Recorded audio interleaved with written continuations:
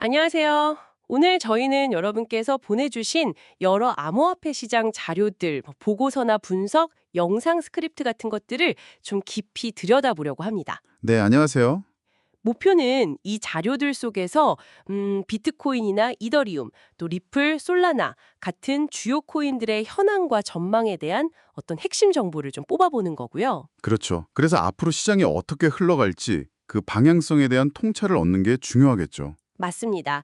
최근에 비트코인 가격이 조금씩 오르긴 하는데 기대에 비해서는 약간 좀 지루하다 이렇게 느끼실 수도 있을 것 같아요. 네, 그런 면이 좀 있죠. 근데 자료들을 보면 연말에 30만 달러 이런 강세 전망도 여전하고요. 또 곧 있을 행사들이 단기 방향을 정할 수도 있다. 이런 분석도 있네요. 네, 맞아요. 변수가 많습니다. 그럼 일단 가장 중요한 비트코인부터 볼까요? 네. 자료에서 보니까 비트코인이 며칠 안에 골든 크로스 가능성이 있다. 이런 분석이 있더라고요. 50일 이동 평균선이 200일선을 뚫고 올라가는 거요. 아, 네. 골든 크로스. 과거에도 이 신호 다음에 큰 상승이 있었다고요? 이게 그냥 기술적 지표 이상의 의미가 있다고 봐야 할까요? 네. 중요하게 보는 시각이 많습니다. 과거에 골든 크로스 나오고 나서 한 45에서 60%그 정도 올랐던 사례들이 있어서 트레이더들은 확실히 주목하죠. 꽤 많이 올랐었네요. 네. 특히 이제 정고점을 넘어서면 매물 부담이 줄어든다고 보니까 더 긍정적으로 해석하는 경향이 있고요. 근데 좀 흥미로운 점은 자료에 따르면 최근에 원화가 강세잖아요. 네, 그렇죠. 그래서 국내 투자자분들은 미국 투자자들에 비해서 이 상승을 좀 덜 체감하고 있다는 분석도 있더라고요. 미국에서 9% 오를 때 우리는 한 3.6% 정도 상승에 그쳤다. 뭐 이런 얘기가 있습니다. 환율 때문에 그렇군요. 네. 한편으로는 이런 기술적 분석 말고 좀 더 근본적인 변화는 역시 제도권의 움직임인 것 같아요. 제도권이라면 어떤 걸까요? JP 모건 같은 정말 큰 전통 금융기관들 있잖아요. 네. 여기서도 이제 고객들한테 비트코인 살 수 있게 허용하기 시작했다는 점. 이게 자료에서 나오는 되게 중요한 통찰 중 하나인데 비트코인이 이제 단순 투기 자산이 아니라 뭐랄까 제도권의 핵심 자산으로 완전히 자리 잡고 있다는 신호로 봐야 한다는 거죠. 인식 자체가 바뀌고 있다. 그렇죠. 시장의 근본적인 변화라고 할 수 있습니다. 그래서 곧 있을 비트코인 2025 컨퍼런스에서도 이런 제도권 편입 문제, 특히 전략적 비축이라고 하죠. 전략적 비축이요? 네, 그러니까 국가나 아주 큰 기관들이 장기 보유 목적으로 비트코인을 대량으로 사들이는 거예요. 여기에 대한 어떤 방향성이 나올지 좀 주목해 봐야 합니다. AI 분석으로는 구체적인 방안 발표 확률이 한 30, 40%, 아주 높진 않지만 그래도 큰 틀의 배획 정도는 나올 수 있다. 이렇게 보고 있습니다. 그렇군요. 이더리움 쪽도 소식이 있네요. 영국의 아브락사스 캐피털이라는 운용사가 비트코인을 팔고 이더리움을 50만 개 이상 대량으로 사고 있다고요. 와, 50만 개면 정말 엄청난데요. 네, 맞습니다. 그래서 이더리움 버전의 마이크로 스트래티지 아니냐? 뭐 이런 말까지 나오죠. 하하, 그럴 만하네요. 자료에서는 왜 이렇게 움직인다고 분석하나요? 자료 분석을 보면요. 역시 이더리움의 그 강력한 디파이 인프라, 시장 점유율이 53%나 되거든요. 디파이 쪽이 강하군요. 네. 그리고 앞으로 스테이블 코인 법안 통과되면 이더리움이 가장 큰 수혜를 볼 거다. 이런 기대감이 크게 작용한 것 같아요.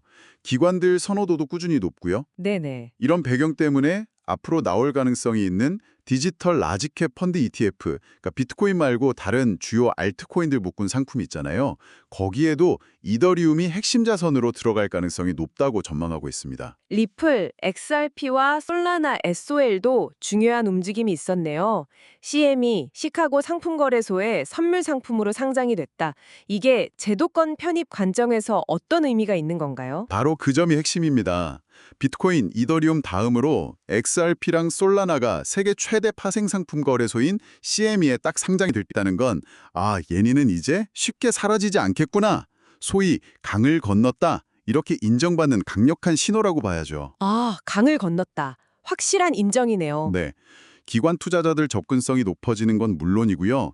이게 결국 선물, 옵션, 레버리지 ETF 거쳐서 현물 ETF 승인으로 가는 길을 닦고 있다. 이렇게 해석할 수 있습니다. 실제로 XRP 선물 같은 경우는 출시 첫날 거래량도 150만 달러 넘으면서 시장 관심도 확인했고요. 그렇군요. 그리고 또 하나 흥미로운 게 그 스테이블 코인 USDC 발행사 서클 있잖아요. 여기가 매각될 수 있다는 얘기가 나오는데 리플이 인수 후보로 거론된다는 점. 네, 리플이요? 네. 이것도 주목할 만한데 이게 결국 디지털 달러 발행권, 그러니까 머니 프린터를 누가 확보하느냐, 이 경쟁하고도 맞물려 돌아가는 것 같습니다. 어떤 게 언급됐나요? 네. 여러 변수가 있습니다. 일단 곧 있을 트럼프 밈코인 만찬, 트럼프 전 대통령하고 밈코인 관련 인사들 만나는 건데요. 이거 뭐 정책 발표보다는 네트워킹 성격이 강할 걸로 보고 있고요. 아, 그냥 만나는 자리다. 네. 반면에 아까 말씀드린 비트토인 2025 컨퍼런스에서는 그래도 좀 더 구체적인 정책 방향이 나올 수도 있고요. 미국 내 규제 움직임도 중요합니다. 규제라면요? 스테이블 코인 법안 통과 가능성, 이게 한 8월 이전으로 예상되고 있고요. 또 시장 구조 법안 FIT 21이라고 하죠. 이 논의도 핵심 변수예요. FIT 21이요? 네, 이게 암호화폐 시장 규제 틀을 좀 명확히 하려는 건데 SEC의 헤스터퍼스 위원처럼 대부분 암호화폐는 증권이 아니다. 명확한 기준이 필요하다. 이런 시각도 점점 힘을 얻고 있거든요. 아, 규제가 좀 명확해지는 방향으로 갈 수도 있겠군요. 네, 그 외에 뭐 중국이 유동성을 좀 푼다거나 금리나 지준율이나 또 연준이 공식적으로는 긴축 QT한다고 하면서 실제로는 유동성을 공급하는 거 아니냐. 이런 눈속임 분석도 참고할 만한 내용으로 자료에 나와 있습니다. 네, 정말 다양한 변수들이 얽혀 있네요. 그럼 종합해보면 비트코인은 골든크로스 기대감에 제도권 편입이 빨라지고 있고 이더리움은 기관의 주목과 디파이 경쟁력, 리플과 솔라나는 CME 상장으로 입지를 다졌다. 이게 각 코인의 전망을 밝히는 주요 포인트라고 볼 수 있겠군요. 그렇죠. 여러 행사나 규제 불확실성이 있긴 하지만 자료에서도 1년 중 정말 흥분되는 건 딱 일주일 뿐이다. 이런 표현으로 장기적인 관점이 중요하다고 강조하네요. 정확합니다. 단기적인 가격 변동, 이거 너머를 봐야 해요. 중요한 건 이 암호화폐 네트워크들 위에 앞으로 어떤 실질적인 가치가 올라탈 거냐, 이걸 상상하는 겁니다. 실질적인 가치요? 네. 자료에서도 지적하듯이 미래에는 뭐 부동산, 채권, 주식 같은 전 세계의 다양한 자산들이 다 토큰화돼서 이 네트워크 위에서 거래될 수 있거든요. 아, 모든 자산이 올라올 수도 있다. 네, 그럴 가능성이 있죠. 그러니까 여러분께서도 단순히 지금 보이는 가격표 너머에 있는 이 기술들이 가져올 잠재적인 효용성 그리고 네트워크 가치에 대해서 한번 깊이 생각해 보시면 어떨까요?